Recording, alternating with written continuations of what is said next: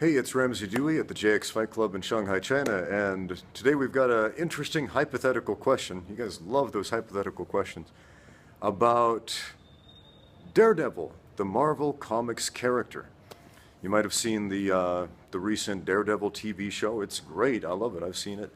And one thing I love about that show is the fight scenes, because there's some really good fight choreography there. I mean, it's the first time I've been impressed with fight choreography in years. Because honestly, a lot of fight choreography is just stupid. Like, really, really stupid. When you actually learn how to fight for real, and then you start watching typical Hollywood fight choreography, you start just like, oh man, they're making all these mistakes. They're doing this stupid stuff that totally wouldn't work. But when I watched Daredevil, I was like, wow. Wow, that's pretty cool. These guys seem to know what they're doing. I mean, I see, like, you know, it looks like a real fight. Like, you see that big long hallway fight done in one shot in the first season, and you know, I got the sense like this looks like a guy who is actually blind. You know, using his other senses to perceive his opponents, and you know, he's not like. There's a TV trope called waif fu. Waif fu. What that means is when typically it's done with a skinny, unathletic, pretty woman in a fight scene with some really, really big, strong guys, and the woman somehow easily overpowers and beats her opponents with kung fu techniques. The TV trope is called waif fu, right? Something that probably wouldn't happen in real life.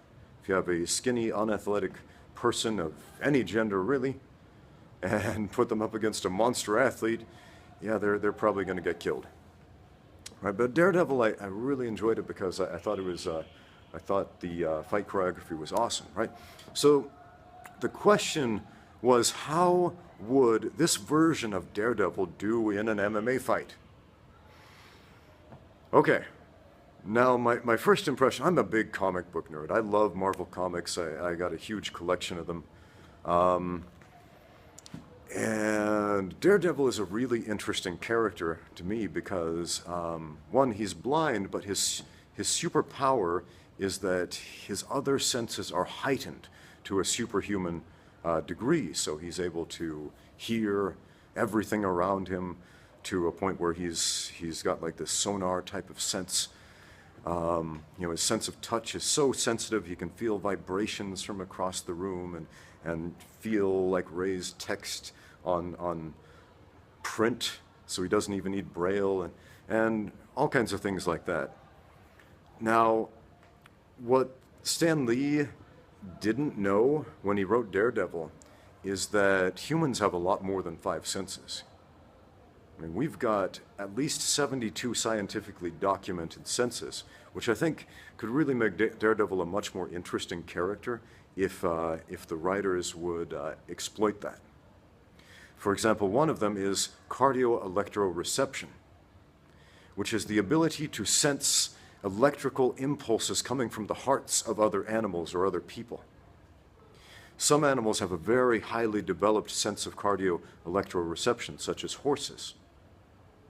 So when a horse gets spooked, that means it feels somebody being nervous. When people are nervous, their hearts go boom, boom, boom, boom, and the horse feels that. And it's like, whoa, what is this? You know, they get spooked, right? So if Daredevil was a real person and all of his senses were heightened to a superhuman degree, you know, he could feel that energy coming off of people from their hearts. Now, in the comics, you know, he can hear heartbeats and all that, and that is a big part of the comics and the TV show as well. He's able to hear his opponent's heartbeat, and you know, he uses that as a lie detector to tell if they're telling the truth or not. He uses that to know where they are at all times, even if they're not making any noise. So really interesting character, but he's also a master martial artist. And you could say he's a mixed martial artist. I mean, the guy is an expert boxer, you know, expert at gymnastics, expert at you know, all kinds of different fighting styles with empty hands, weapons, batons, sticks, things like that. So, you know, in the comics he's a phenomenal fighter, but he also has superpowers as well. It's not just a heightened heightened senses, but, you know, he also has a superhuman degree of strength. I mean, he's not like Spider-Man or the Hulk or anything like that, but he's much stronger than the average person. He also has a healing factor, not anywhere near the extent of Wolverine or even Spider-Man, but he heals much faster than the average person. And that is kind of a big deal when it comes to combat sports.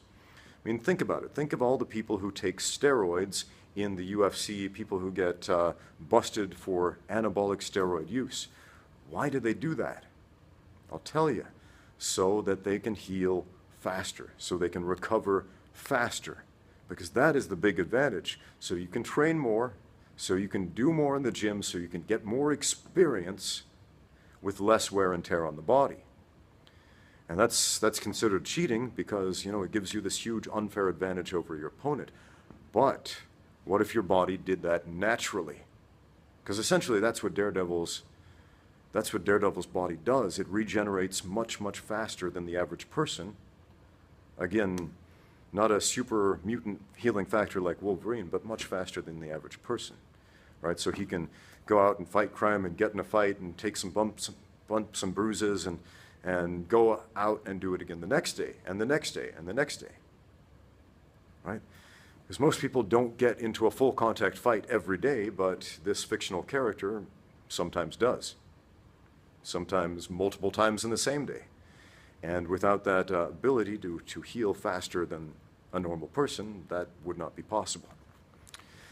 So that alone, you know, even if Daredevil had no other superpowers, that alone would make him extremely formidable if a person like that were real and if a person like that decided to become a professional MMA fighter. Now, the dude is blind, but it's made painfully obvious that being blind is not a handicap for him. Well, it's a handicap in the fact that he laments not being able to see, because, you know, he wasn't always blind. He was, as a child, he could see, and then he became blind in the accident that gave him his powers. So if you read the comics, you know, sometimes he does lament not being able to see people's faces, especially people he remembers from before the incident, right? And he laments not being able to see the details of the world and the colors and things like that.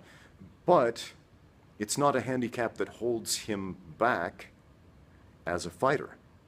Because as a fighter, he is in so many ways better than a person who can see. Because, I mean, he can detect, he can feel people behind him without being able to see them. And that's also a huge advantage, because so many of us are so reliant on our sense of sight. And that's a sense that doesn't really carry over as well to fighting as you might think. If we rely too much on our eyes in a fight, we're not going to do so well. If we watch the hands trying to see them hit us, they're going to get us. They're going to get us, right? That's why we got to watch the body. We've got to watch the movement instead of the objects and the details. We've got to watch the gross motor movement of the shoulders and the hips and the torso instead of looking at the details like the hands and the eyes, right?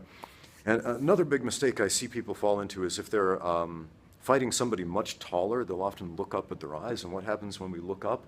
We raise our chin, right? We have this habit of looking people in the eyes. Remember Mr. Miyagi from The Karate Kid who said, "Look eye, always look eye." Don't. That's a lie. You fight somebody taller than you, look at their torso, right? Because if I'm looking up, again, my chin is raised up. If my chin's raised up, boom, that's knockout city, guys. So again, look down at the torso. Point your forehead forward, right? So Daredevil wouldn't have that problem because he's not looking at the details. He's not looking at colors. He can't see them. So instead, he simply senses. So, you know, a guy like that would, if he was real, would be a phenomenal cage fighter. So, I think maybe a better question would be, how would he do in like an open weight tournament? Would a guy that big, because Daredevil isn't a big guy.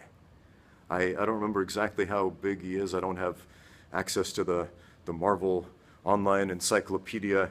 It gives you all those details, how tall they are, how much they weigh, what their power specs are, or whatever. Yes, I'm a nerd. I am. I'll admit to it. But he's not that big of a guy. He's a fairly average-sized person. I'm guessing maybe about 5'10", maybe like 170, 180 pounds, something like that.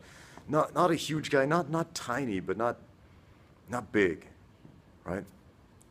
So, but we have seen him in the comics fight much bigger, stronger opponents, and also in the TV show, like he fought Kingpin, and that's happened in the comics a bunch of times. And while in the comics Kingpin looks like a big fat guy, he is a strong man. I mean, he's an enormously strong guy. If you look at strongman competitors in the World's Strongest Man event, I mean, they got a bunch of fat on the outside, but, you know, they're also the world's strongest men. And that's what the Kingpin is supposed to be. You know, he's supposed to be this big, strong, girthy guy who's as strong as a human being can be. He's got, like, gorilla-like strength. And Daredevil has gone up against him and beat him on a number of occasions. Now, that being said, yeah, even if it was an open weight match, I think you'd do really well because, again, normal people don't have those skill sets. I mean, we see some really great fighters who've done some tremendous things in fighting, like Anderson Silva just seems to have this sixth sense about him. You know, back in his prime, nobody could hit him. He'd slip everything, and his feinting and drawing was phenomenal. But if you put prime Anderson Silva against Daredevil, I don't think Anderson Silva, or really any fighter in the UFC, would be able to hit a guy who can sense you coming before you really even make that move. So now if we're going with a more like TV show version where they don't really explain the full extent of his powers, where all we know is he's blind, he can sense things better than normal, and he's a really good fighter, skilled in a bunch of different martial arts, that's a different story, because again, the TV show has not really delineated exactly what his powers are, specifically like the comics have. Okay? They haven't told us that he's significantly stronger than the average person. They haven't explicitly spelled out that he heals faster than a normal person, like the comics have. But anyway, it is an interesting question. I could ramble about comics all day, but I'll leave it at that. Thanks for watching. Now get out there and train.